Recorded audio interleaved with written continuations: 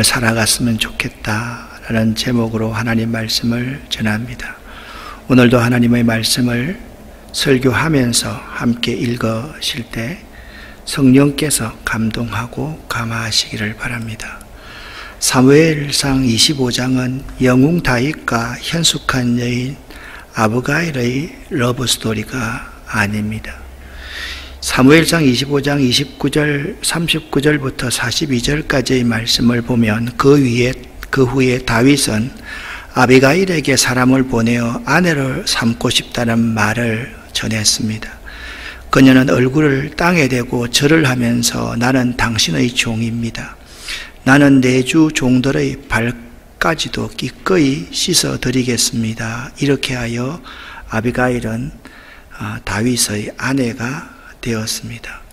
다윗과 아비가일의 러브 스토리, 지금까지 이 성경의 내용을 그렇게 생각해 왔습니다. 또한 어떤 사람들은 아니 다윗이 나발이 죽자 어떻게 아비가일과 그렇게 빨리 결혼할 수 있느냐라는 오늘날 우리식의 관점에서 이 성경을 바라보는 사람이 많이 있습니다. 여러분, 성경은요 그 시대 사람들과 우리들에게 주시는 하나님의 말씀하심이 기록되어져 있습니다.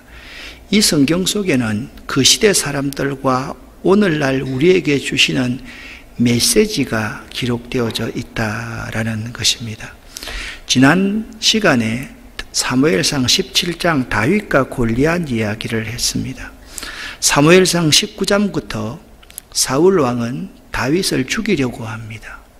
이때 다윗은 당황하여서 선지자 사무엘에게 피신을 하면서 목숨을 부지했습니다.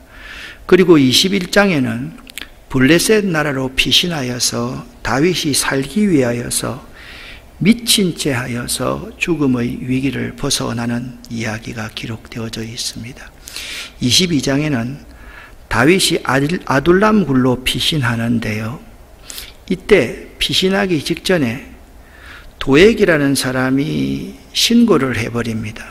제사장이 다윗을 도와주었다라는 거예요. 그래서 사울 왕이요 노업의 제사장들을 다 살육해 버립니다. 그러니까 제단 위에 하나님의 종들의 피가 그냥 다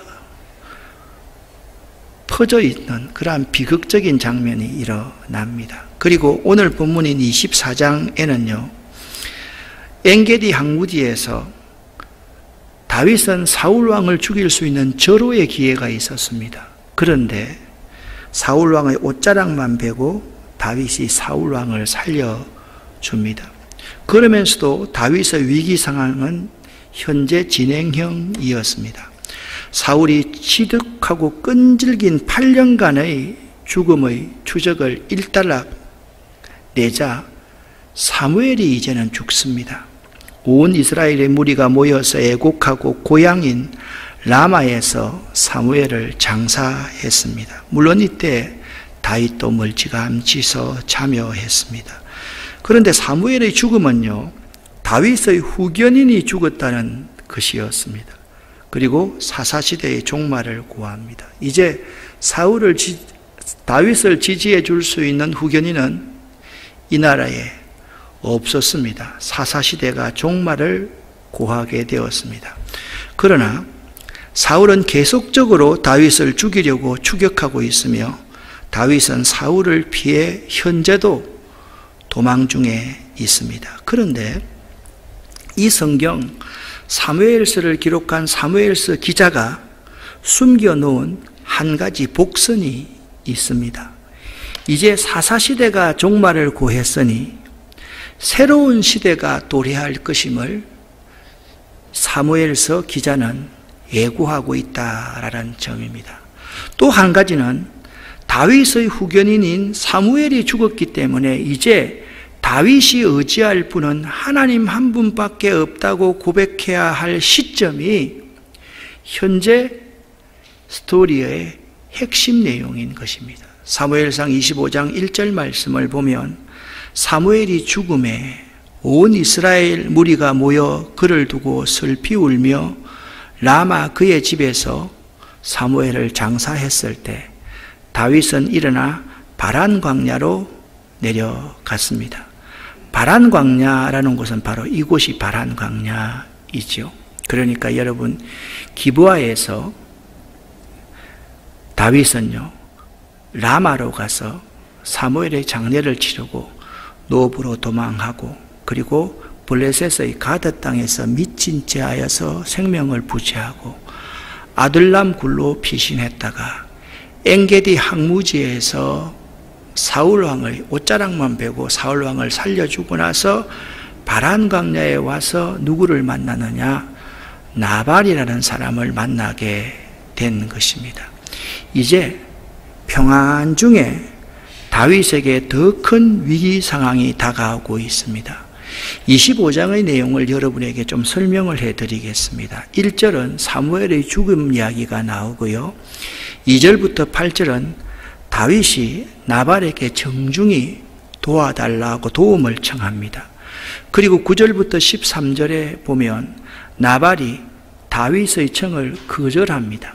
거절하는 정도가 아니라 하나님이 기름 부어 세운 종을 모욕합니다. 그리고 14절부터 35절까지는 분개한 다윗의 보복을 멈추게 한 지혜로운 여인 아비가일 이야기가 나오고요. 그리고 하나님이 치셔서 나발이 죽게 됩니다. 39절부터 42절에 보면 다윗이 아비가일을 아내로 맞이하는데 여기까지만 끝났으면 러브스토리 이야기인가 보다라고 생각할 수도 있을 터인데 43절, 44절 말씀을 보면 다윗의 아내들에 대해서 이렇게 기록하고 있습니다.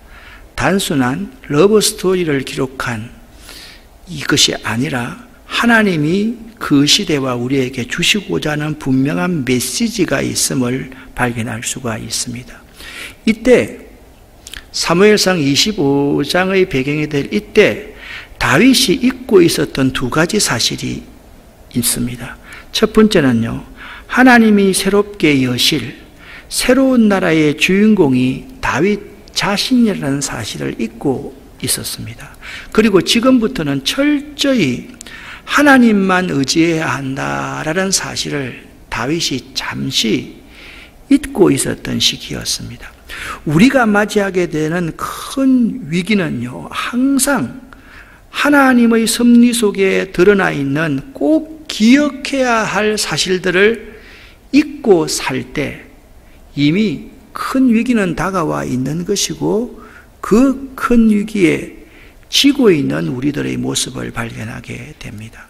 우리들도 마찬가지입니다. 좀 더 나아진 상황, 내가 다른 사람보다 더 힘 있는 상황이 지금 25장에 펼쳐지고 있습니다. 아무래도 나발보다는 다윗의 군사가 더 힘이 있겠지요.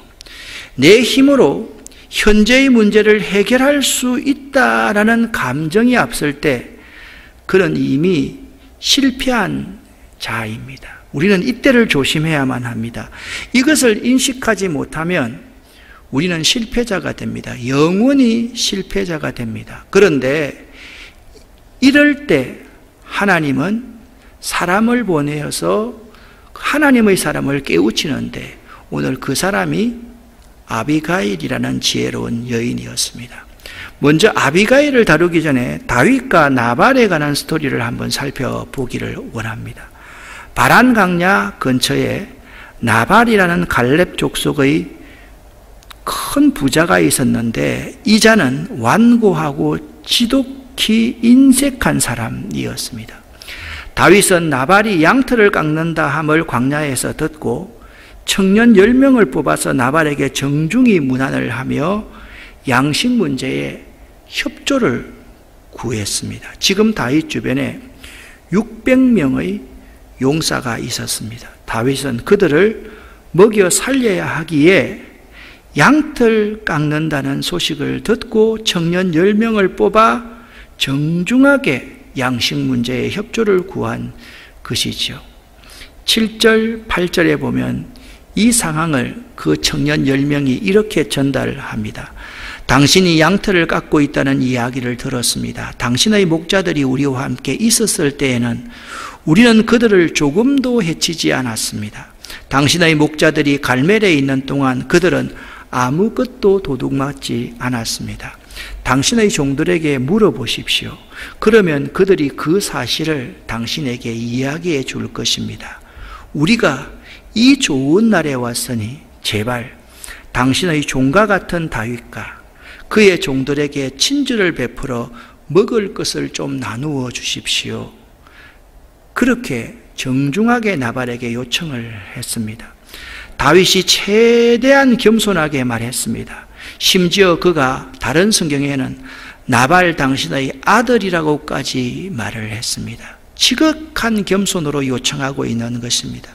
오늘은 양털 깎는 좋은 날이고 그래서 풍족한 날이니 좀 도와달라고 나발에게 요청을 했습니다.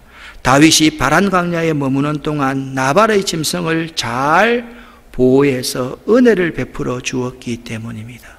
그러나 나발은 이렇게 대답합니다. 다윗이 누구요? 이새의 아들이라는 자가 도대체 누구요? 요즘은 자기 주인에게서 도망치는 종놈들이 많다던데 내가 어찌 빵과 물 그리고 양털 깎는 내 종에게 주려고 한 잡은 짐승을 아무도 알지 못하는 사람에게 줄 수 있겠소?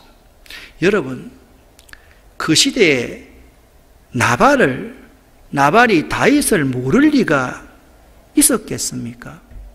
요즘은 주인에게 도망치는 놈이라는 것은 사울 왕에게서 쫓기고 있는 다윗의 처지를 빗대어서 말하고 있는 말 아닙니까? 지금 나발은 술에 취해서 속에 있는 말, 평소에 감추고 있는 속에 있는 말을 내뱉어 버린 것입니다. 이것은 이미 사무엘에게 기름 부음을 받은 다윗에게는 참지 못할 모욕이었던 것입니다. 남자들이 참지 못하고 이성을 잃을 때는 상대가 날 모욕한다고 느낄 때입니다. 남자들이 참지 못하고 이성을 잃을 때는 상대가 날 모욕한다고 느낄 때 다윗은 머리끝까지 화가 났습니다. 다윗이 자기의 군사들에게 명령을 합니다. 너희는 전투 준비를 하라. 400명은 나를 따르라. 그리고 200명은 주둔지에서 우리의 물건들을 다 지켜라. 다윗이 이렇게 군사들 앞에서 이야기합니다. 그가 악으로 나의 선을 갚는도다. 내가 그에게 속한 모든 남자 가운데 한 사람이라도 아침까지 남겨두면 내가 하나님께 저주를 받겠다라고 이야기를 합니다. 일촉즉발의 위기 상황에 지금 직면해 있는 나발의 가문입니다. 여기서 한번 가정을 해보기를 원합니다. 만약 다윗이 분을 못 이겨서 나발과 모든 남자들을 살육했다면 어떻게 되었을까요? 그 결과는 생각만 해도 끔찍했을 것입니다.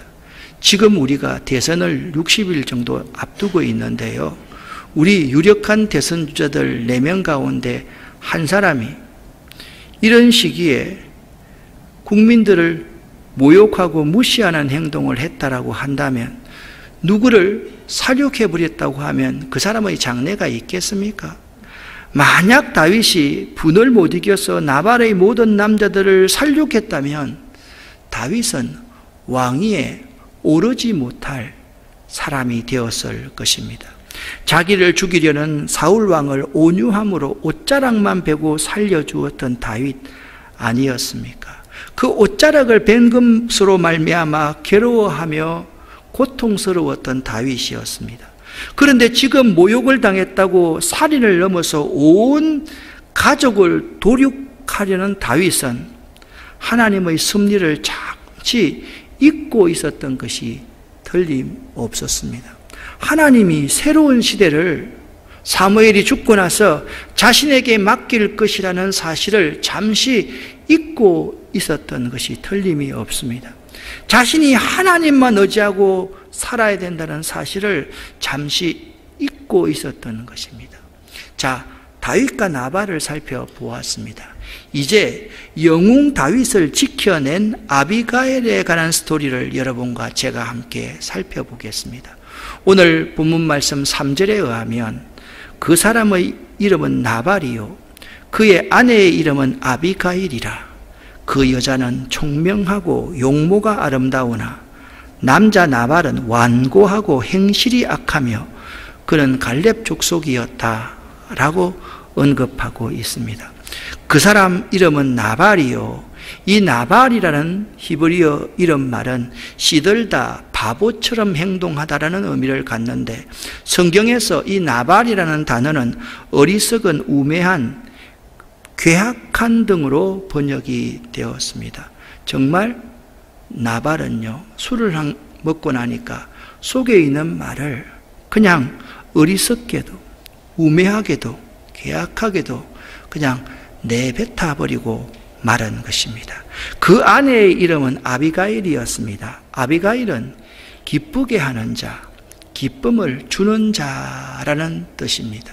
이 아비가일은요, 정말 사람들을 기쁘게 하는 사람들이었고 사람들에게 기쁨을 주는 여인이었던 것입니다. 그런데 이 아비가일을요, 총명하다라고 토마트 세켈이라는 단어를 히브리어를 쓰고 있는데요, 지혜가 뛰어난, 명철한이라는 뜻입니다. 그런데 이 단어는 성경에서 주로 하나님의 뜻을 잘 분별하는 사람에게 사용하는 단어였습니다. 그러니까 아비가일은 하나님의 뜻을 잘 분별하는 여인이었다라는 뜻입니다. 또한 이 아비가일은 용모가 아름다웠다라고 표현하고 있습니다.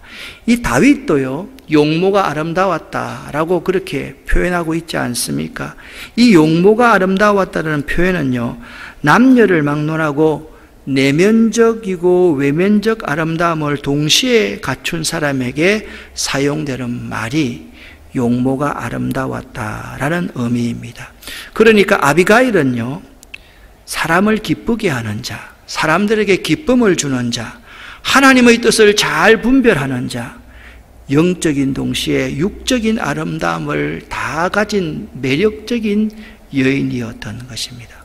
여러분과 제가 아비가일과 같은 자가 되기를 간절히 바랍니다.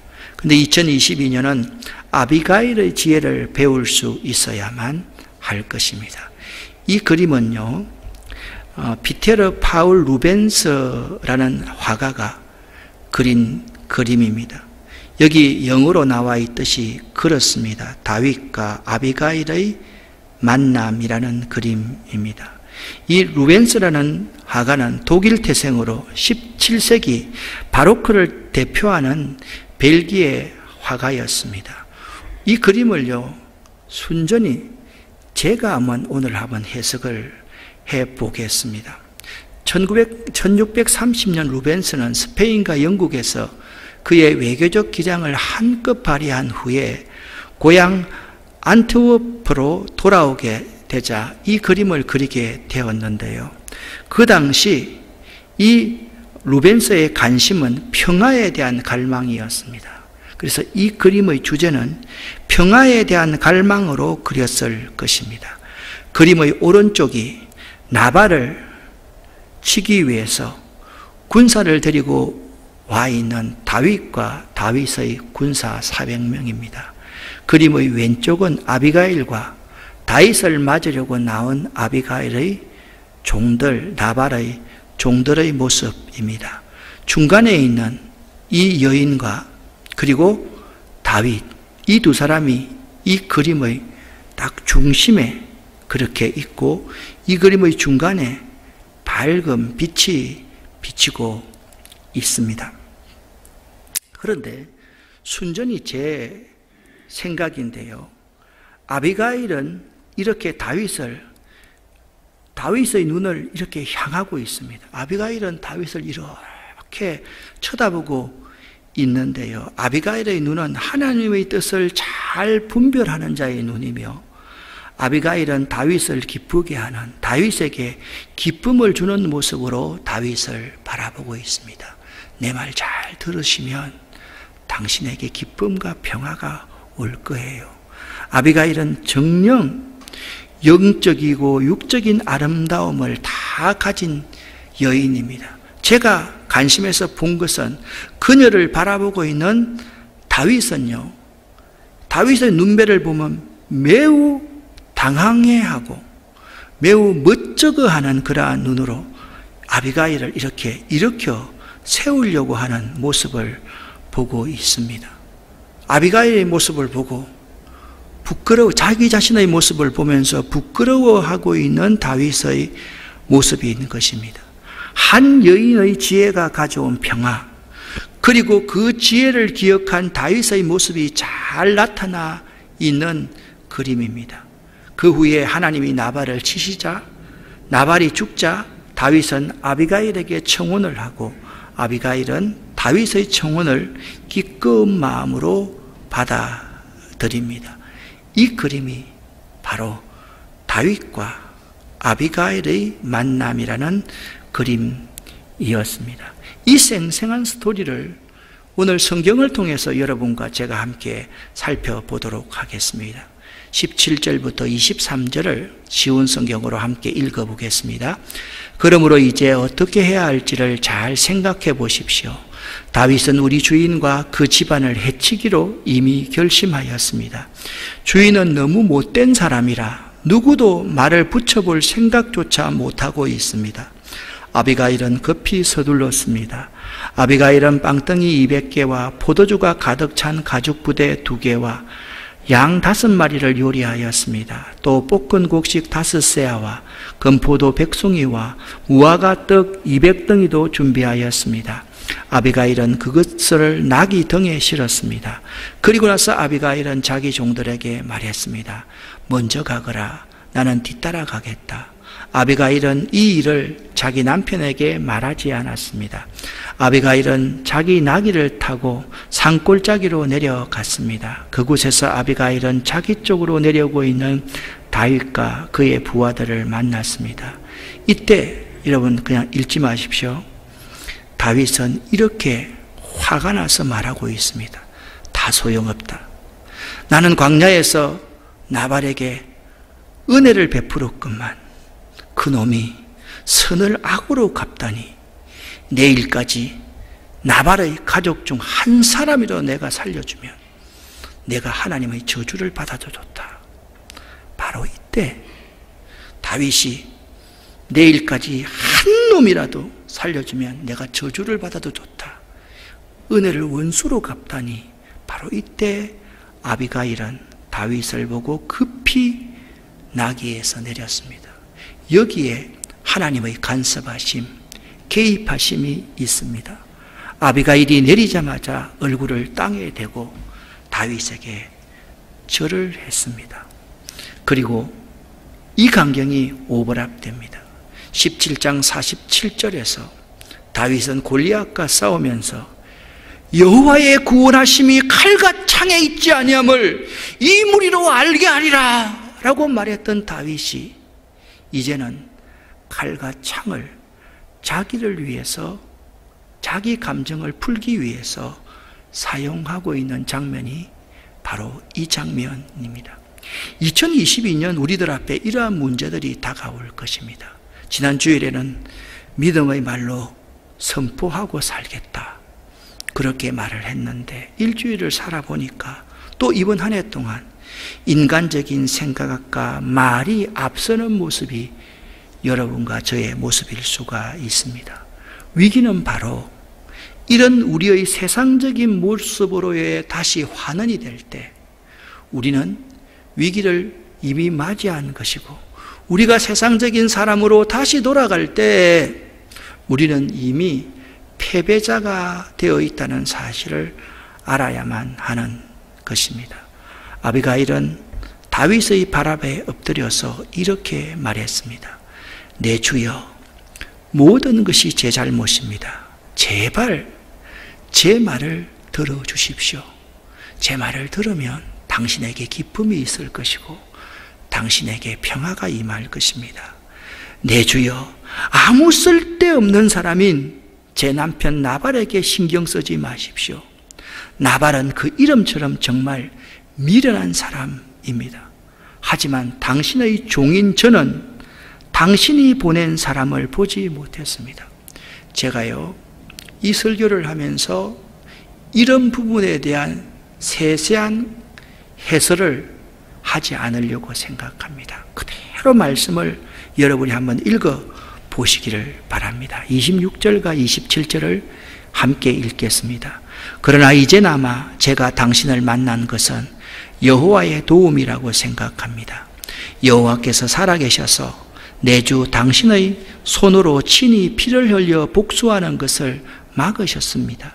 이제 내주 당신을 해하려는 자들과 당신의 원수들은 나발과 같이 될 것입니다. 당신께 선물을 가지고 왔습니다.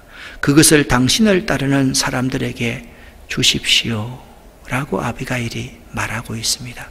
계속해서 아비가일은 다윗에게 이렇게 말을 합니다. 함께 읽겠습니다. 제 잘못을 용서해 주십시오. 당신은 여호와를 위해 싸웠으므로 여호와께서는 틀림없이 당신 집안을 든든히 세우실 것입니다. 당신이 사는 날 동안 백성들은 당신에게서 아무런 흠도 찾아내지 못할 것입니다. 당신을 죽이려고 쫓아다니는 사람이 있을지라도 하나님 여호와께서는 당신을 지켜주실 것입니다. 여호와께서는 물매로 돌을 던지듯 당신의 원수들의 목숨을 내던져 버릴 것입니다. 여호와께서는 당신에게 약속하신 좋은 일들을 다 지키실 것입니다. 여호와께서는 당신을 이스라엘의 지도자로 삼으실 것입니다. 그때의 당신은 당신 스스로 죄 없는 사람을 죽였다든지 벌 주었다는 양심의 가책을 받거나 죄책감을 가지는 일이 없어야 할 것입니다. 여호와께서 당신을 성공시키실 때에 제발 저를 기억해 주십시오. 여러분, 아비가일이 선지자 아닙니까? 아비가일이 지금 하나님이 보내신 하나님의 말을 대변하는 선지자인 것입니다. 마치 죽었던 사무엘이 다시 아비가일 속에서 역사하는 것 같은 장면이 일어나고 있는 것입니다. 다윗이 부끄러운 마음으로 아비가일에게 이렇게 대답합니다. 아마 말을 좀 더듬고 말을 잘 못했을 것입니다. 오늘 당신을 보내어 나를 영접케 하신 이스라엘의 하나님 여호와를 찬양합니다. 다윗은 자신이 매우 부끄러웠을 것입니다. 지혜로운 당신도 복받기를 바라오. 당신은 내가 오늘 사람들을 죽이거나 벌주는 것을 막아서 내가 진정한 왕이 되게 해준 사람이요 라고 다윗이 대답합니다. 다윗이 이렇게 다시 말합니다. 이스라엘의 하나님 여호와께 맹세하지만 여호와께서 당신을 통해 나를 막아 당신을 해치지 못하게 하여서 아마 당신이 나에게 나아오지 않았으면 당신도, 지혜로운 당신도 내가 죽였을 것이요, 만약 당신이 나를 빨리 만나러 오지 않았더라면 나발에 있는 집사람 중 내일까지 살아남을 사람은 아무도 없었을 것이요. 다윗은 점점 더 자신을 자책하면서 이렇게 받아들입니다. 아비가일의 선물을 받아들였습니다. 그리고 다윗은 말했습니다. 평안히 집으로 가시오. 당신 말을 잘 들었소. 내가 잘못했소. 당신이 부탁한 대로 하겠소. 라고 다윗이 대답합니다. 사랑하는 아름다운 교회 성도 여러분, 저는 2022년 우리들이 아비가일의 지혜로 살아갔으면 참 좋겠습니다. 아비가일의 지혜가 무엇입니까? 이 세상의 권력이 아닌 하나님의 편에 서십시오. 나발은요, 정치적인 흐름에 민감했습니다. 다윗에게 줄을 댈 것인가? 사울 편에 설 것인가? 나발이 머리를 굴렸을 것입니다. 그래, 다윗의 후견자인 사무엘도 죽었고 이제 세력은 사울 왕에게 기울었어. 그래서 나발은 세상 권력자의 편에 선 것입니다. 그런데 여러분과 저는 이 세상의 권력이 아닌 하나님의 편에 서서 2022년을 보낼 수 있기를 예수 이름으로 간곡히 부탁을 드립니다. 나발에 대비하여서 아비가일의 모습을 찬찬히 묵상해 봅니다. 아비가일은 남편에게 속해 있었지만 독립적으로 하나님 앞에서 자신의 신앙의 양심을 따라 행동했습니다. 아비가일은 하나님의 섭리를 보는 눈이 있었습니다. 자기 남편 나발이 근본도 없는 사람이라고 멸시했던 다윗을 지극히 존귀한 사람처럼 대했습니다. 자신을 여종처럼 다윗 앞에서 낮추었던 것입니다. 이 아비가일의 모습처럼 있잖아요. 하나님 앞에서 자신의 신앙의 양심을 따라 살아가는 2022년 여러분 될 수 있기를 예수 이름으로 간곡히 부탁을 드립니다. 세 번째입니다. 개인적인 감정과 개인적인 일보다 하나님의 일에 우선하여서 신앙생활을 하십시오. 아비가일이 다윗을 깨우친 것은 이것이었습니다. 왕이여, 그는 매우 평안하게 기쁨을 주면서 이렇게 말합니다. 제 말을 제발 들어주십시오. 당신은 왕이 될 사람이 아닙니까? 사적인 복수, 그 사적인 복수에 사로잡히면 사명감을 잃어버릴 수가 있습니다. 사적인 복수에 사로잡혀서는 안 됩니다. 여러분 매 순간순간 여러분과 제가 하나님의 일을 우선하여서 생각하고 행동해야지 사적인 일, 개인적인 감정을 앞세우면 올 한 해 여러분과 저는 실패하게 될 것입니다. 마지막 한 가지입니다. 하나님이 하실 일과 내가 할 일을 분별할 수 있어야 됩니다. 원수는 누가 갚습니까? 하나님이 갚습니다. 나를 모욕한 사람 나발을 누가 죽이십니까? 하나님이 죽이시지 않습니까? 그런데 다윗이 하나님이 하실 일을 자기가 하려고 했던 것입니다. 아비가일은 이 사실을 분명히 알았습니다. 하나님이 하실 일과 내가 할 일을 분별할 수 있는 한 해가 될 수 있어야 된다. 전쟁이 여호와께 속한 것이듯 원수 갚는 것도 여호와께서 하시는 것입니다. 믿으시기를 예수 이름으로 간절히 축원합니다.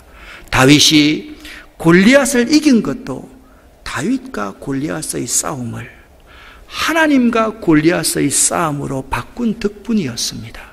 마찬가지로 아비가일은 하나님이 자신을 통해 일하심을 믿었습니다. 그렇기 때문에 자기의 남편이 우둔한 사람이다, 그렇게 남편을 말을 하면서 하나님이 자신을 통해 일하신다는 사실을 확신하고 살았던 것입니다.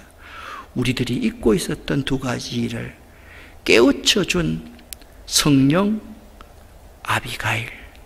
여러분, 2022년은요 하나님이 새롭게 여실 새로운 나라의 주인공이 여러분과 저임을 우리에게 분명히 가르쳐 주시고 있습니다. 우리는 2022년에 세상 사람들의 도움이 아닌 하나님만 의지하고 살아야 된다. 이 두 가지 여러분 결코 잊지 마시기를 예수 이름으로 간절히 축원합니다. 기도하겠습니다. 이 모든 말씀을 예수 그리스도 이름으로 간절히 기도드렸습니다. 아멘.